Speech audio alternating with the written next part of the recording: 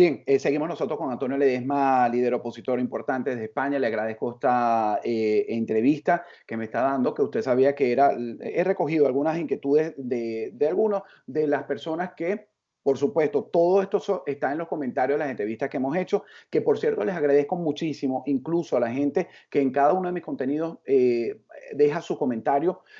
Trato de actualizarme, son muchísimos y veo que hay una avidez de decir, de expresarse, incluso acepto la crítica, mientras no sea destructiva, acepto la crítica y a muchas de esas personas que critican la manera, el fondo, las amistades de uno, las creencias de uno, pues señores, hay cosas que son así y desafortunadamente son así.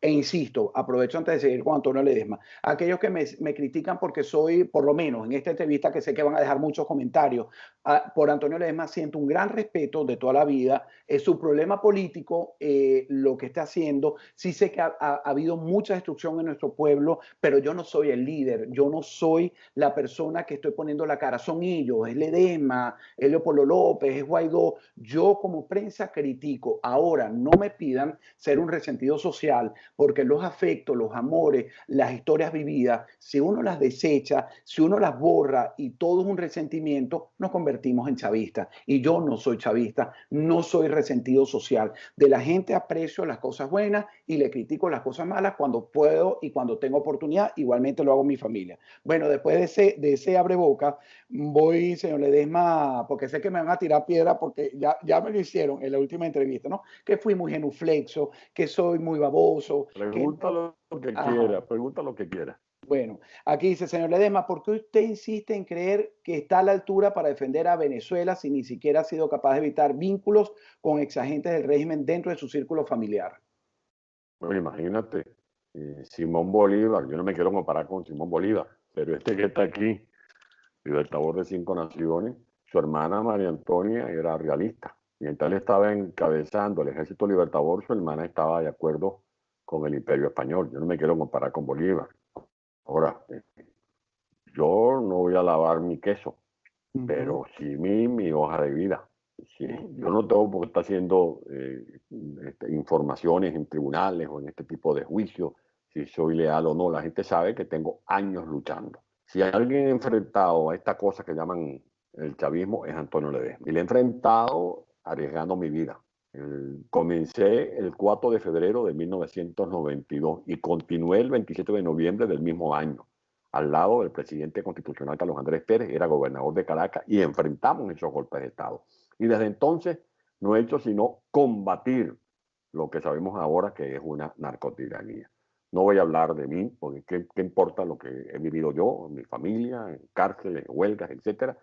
A mí lo más significante es lo que está padeciendo actualmente el pueblo de Venezuela y cómo contribuimos, aunque sea con un granito de arena, con una gotica de agua, a que se produzca la libertad de Venezuela. Bueno, pero es que la pregunta era más completa y no la leí porque decía que ni siquiera ha sido capaz de evitar vínculos con exagentes del régimen dentro de su círculo familiar, específicamente con su yerno Andrés Izarra, y en escándalos de presunta corrupción con también su yerno Luis Fernando Butef García. ¿Se da cuenta que usted ha fracasado? ¿Por qué no se retira y evita más vergüenzas? No, mentira, eso yo no creo porque he fracasado.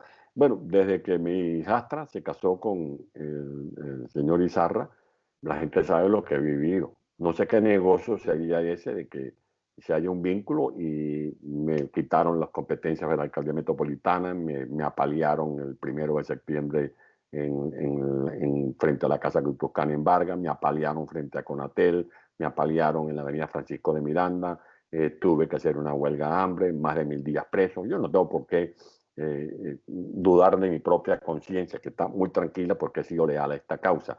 Y sobre la campaña que han hecho contra mi hija Antonieta y su esposo, es realmente algo infame.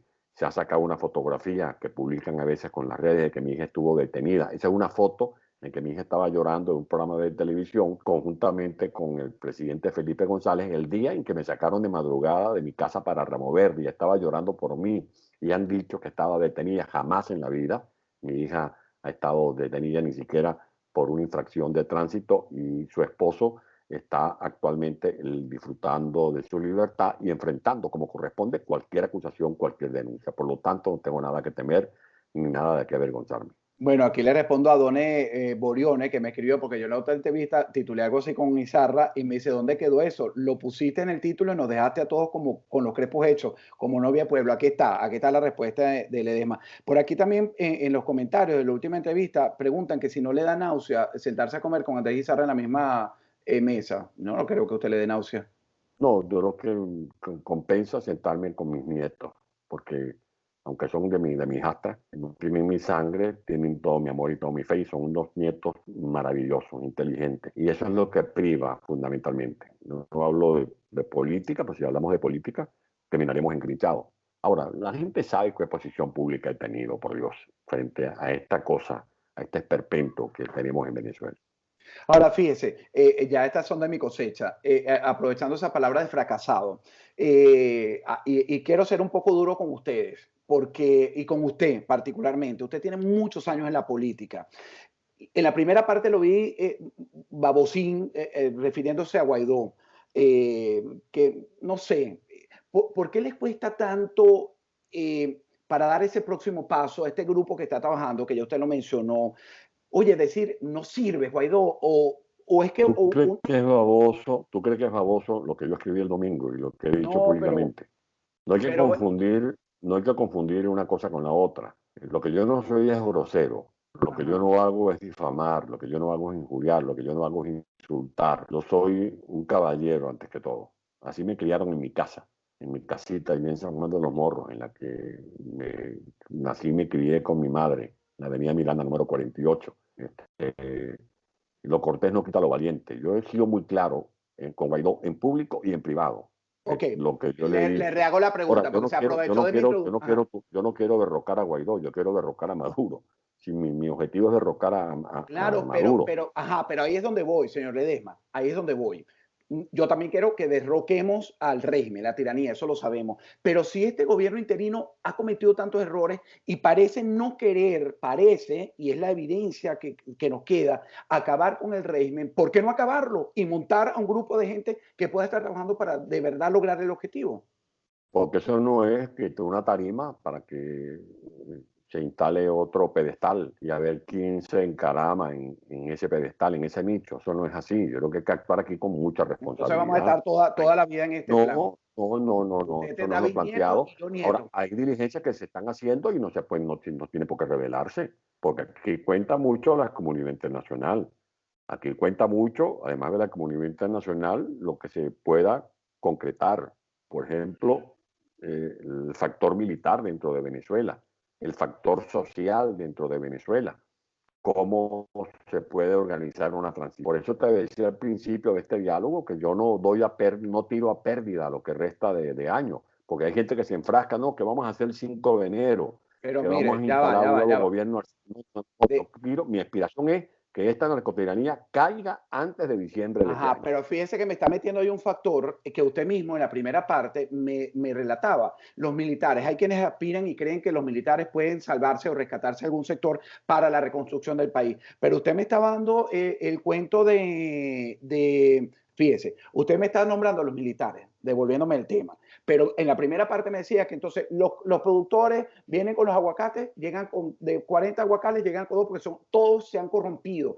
Viene un hacendado con 50 cochinos, llega con dos o tres. Entonces, ¿con qué No, militares? no ¿Por todos, qué no somos claros? A decir, no todos son matraqueros, como tampoco todos son traficantes de droga.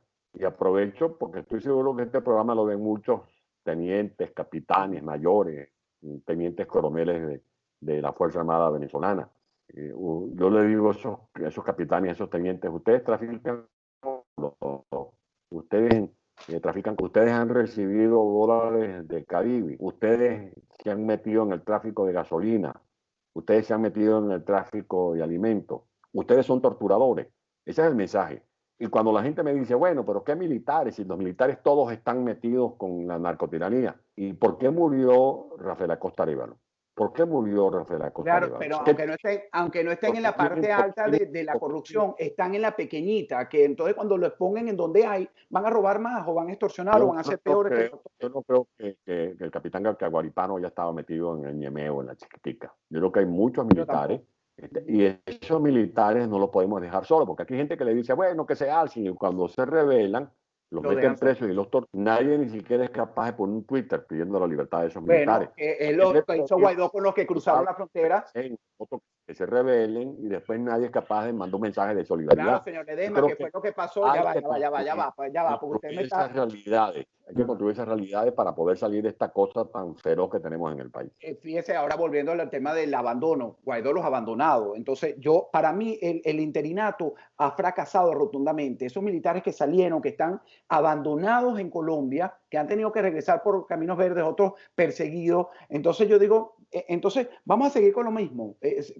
Se lo pregunto a un líder político que tiene un gran arrastre en la sociedad venezolana, dentro y fuera del país. Vamos a seguir con más de lo mismo. Entonces, el resultado va a ser el mismo. Cohabitación y Que coexistencia por muchos años más. más de lo mismo caerá por su propio peso. Será insostenible cualquier agenda que se pretenda apalancar con estas fuerzas debilitadas de lo que tú llamas más de lo mismo. Si no hay rectificación, no habrá salida para que Venezuela pueda respirar libertad. Esa es una cosa que está muy clara.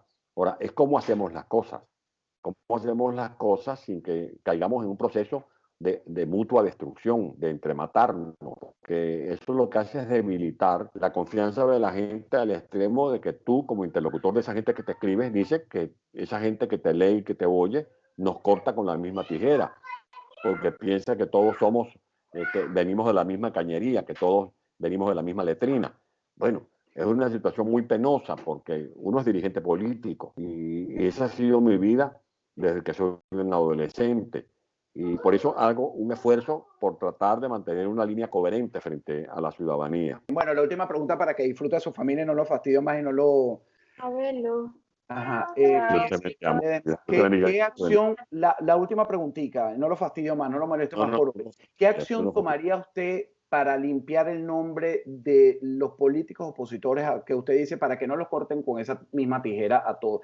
A usted, Ledesma, después del grupo que lo acompaña o al ser que usted está. implacable. Te lo voy a decir con un ser humano que yo quiera más que mi madre y está enterrada en San Juan de los Morros. Y yo voy a visitar la tumba de mi madre y mi madre resucita y me dice, hijo, cometí este acto irregular. Y yo, mamá, regrésese y vea cómo arregle su problema. Así tenemos que hacer. Implacables. Implacables, porque el problema de Venezuela más serio es el de la corrupción. Es verdad que tenemos un problema de hiperinflación, es verdad que tenemos un problema de balanza de cuentas, de balanza de pagos, es verdad que tenemos un problema de deuda, es verdad que tenemos un problema de crisis de servicio, cuando no es el de Yacambú, que no funciona, es el tema de Guarapicha en Maturín, no es el tema del río Cabriales, que está contaminado en Valencia. Todo eso es verdad, pero eso se va a resolver, porque hay talento humano para resolverlo. Y habrá recursos bien administrados para reconstruir a Venezuela. Pero lo más delicado es el tejido moral. Y mira cómo nos picaron los alacranes, cómo surgió ese criadero de alacranes. O sea, el problema moral es una amenaza.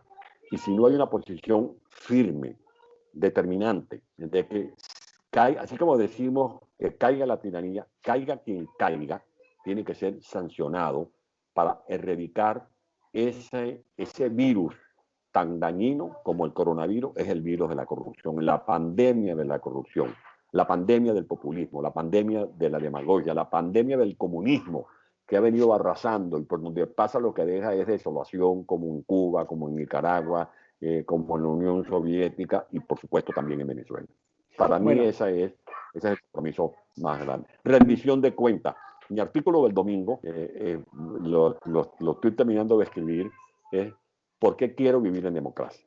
Rendición de cuentas. Por eso también me preguntan qué vivo. Mira, yo vivo porque mi padre era italiano. Eso quizás no lo sabe mucha gente. No, no lo sé, yo soy Antonio tampoco. Ledesma, yo nací en San Juan de los Morros, mi mamá venía de separarse de su esposo en Valle de la Pascua, y asumí ese apellido, pero mi padre era Antonio Bruno. Tengo 6 hermanos en Italia. Mi padre comenzó, cuando llegó a Venezuela, vendiendo helados y trabajó después en ganadería en el Guárico y después instaló una serie de empresas en el sur de Italia que afortunadamente fueron mis prósperas. Soy el mayor de esos hermanos en Italia y esos son los que se ocupan en buena parte de mí, de que no tenga ningún tipo de limitación. Ojalá todos los venezolanos que están en el exilio y los que están dentro de Venezuela pudieran ver que sus nietos toman tetero como el mío. Y cuando lo veo tomando tetero, te juro que mi corazón se pone chiquitico porque pienso en los niños de Venezuela y pienso en tantos venezolanos que están en el exilio, que por cierto, ojo, están pasando mucho trabajo. Gente que a veces no tiene, Alejandro, ni cómo pagar la renta de la habitación que tiene alquilada en Lima o en Así es, Quito, en Ecuador o en así cualquier es. parte. Bueno, le agradezco ese sentimiento y gracias por su tiempo, señor Ledesma. Hasta pronto. Vaya a disfrutar de sus nietos, se Bueno, lo merece. bueno, señor Montano, muchas gracias.